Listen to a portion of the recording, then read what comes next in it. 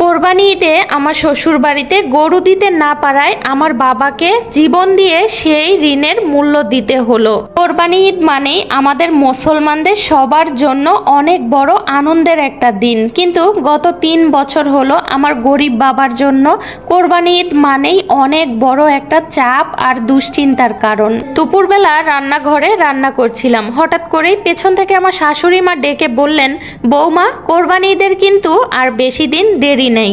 আজকে তোমার চাচি শাশুড়ি এসেছিল, তার ছেলের শ্বশুর বাড়ি থেকে নাকি 1.5 লাখ টাকা দিয়ে একটা গরু দিয়েছে। তুমিও তোমার বাবাকে ফোন দিয়ে বলো আমাদের বাড়িতে যেন খুব তাড়াতাড়ি একটা 1 লাখ টাকার ওপরে গরু কিনে পাঠায়।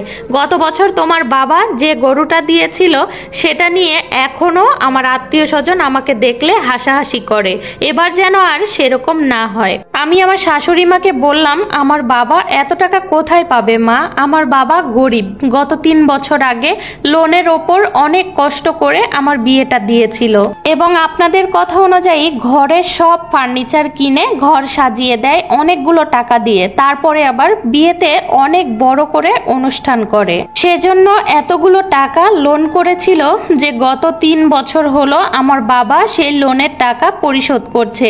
এখন আবার আমি কিভাবে বলবো যে বাবা আমার শ্বশুর বাড়িতে 1 লাখ টাকার উপরে একটা গরু কিনে পাঠাও? এই কথা শুনে আমার শাশুড়ি মা মোটেও খুশি হতে পারেনি। সে বলতে বলতে গেল, দেখো বৌমা, আমরা কিন্তু ভদ্রলোক, এভাবে কারো কাছ থেকে কিছু চেয়ে নিতে আমাদের আত্মসম্মানে বাধে। শুধু নিয়ম রক্ষার্থে তোমাকে বললাম, আর আমি এত কথা শুনতে রাজি না। যেটা নিয়ম সেটা তোমার বাবাকে মানতেই হবে।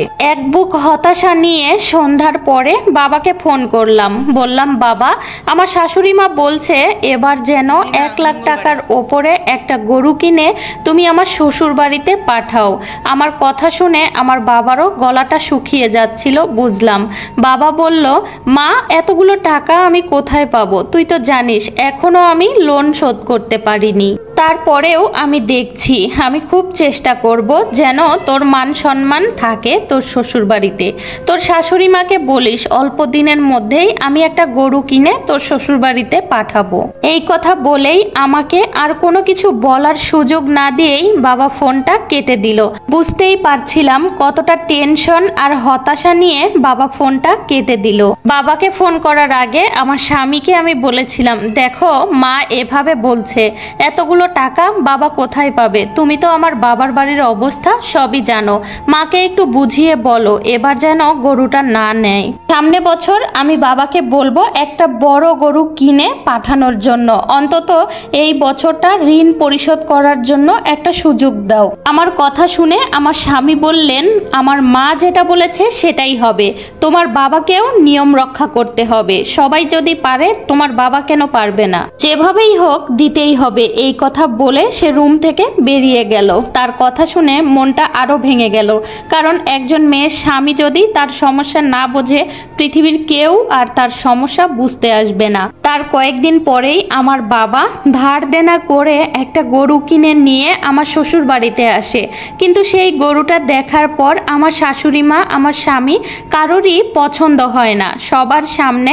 আমার বাবাকে অপমান করে। বাবার অপমান দেখে সহ্য করতে না পেরে আমি প্রতিবাদ করি। সেটা নিয়ে আমার স্বামী আমার বাবার সামনেই আমার গায়ে হাত তুলে অকথ্য ভাষায় আমাকে গালাগালি করে। তারপরে আমার বাবাকে অপমান করে আমার শাশুড়ি মা গরু সহ ফিরিয়ে দেয় আমার শ্বশুর বাড়ি থেকে। সেদিন আমার শ্বশুর বাড়ি থেকে বাড়িতে ফেরার পর সারা রাত বাবা ঘুমাতে পারেনি। ভোর রাত্রের দিকে আমার বাবার ব্রেন স্ট্রোক হয়। স্ট্রোকের পর হাসপাতালে নেয়ার আগেই আমার বাবা এই পৃথিবী ছেড়ে আমাদের সবাইকে ছেড়ে পরপারে চলে যায়। একটা গরুর জন্য আমার বাবাকে চিরদিনের মতো হারিয়ে ফেলি আমি। কথাগুলো বলতে গিয়ে আমার চোখে পানি চলে আসছিল। আমাদের সমাজে এখনো অনেক নিয়ম আছে এরকম, যেমন রোজার ঈদে মেয়ের বাবাকে মেয়ের শ্বশুর বাড়িতে ইফতারি পাঠাতে হবে, কোরবানি ঈদে মেয়ের বাবাকে কোরবানি পাঠাতে হবে মেয়ের শ্বশুর বাড়িতে, মেয়ের বাবার সামর্থ্য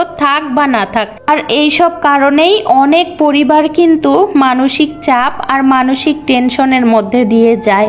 আমরাই পারি এসব নিয়ম পরিবর্তন করতে। আজকের গল্পটি চট্টগ্রাম থেকে রূপা নামে একজন আপু আমাকে পাঠিয়েছে, তার জীবনের গল্প। আজকের গল্পের সাথে আমার জীবনের কিন্তু কোনো মিল নেই। আর এই তো আমি কিন্তু গল্প করতে করতে আপনাদের সাথে আমার ঈদের বাজারগুলো শেয়ার করেছি। গল্পটি কেমন লেগেছে? ভালো লাগলে সবাই বেশি বেশি শেয়ার করবেন। ভালো থাকবেন। আল্লাহ হাফেজ।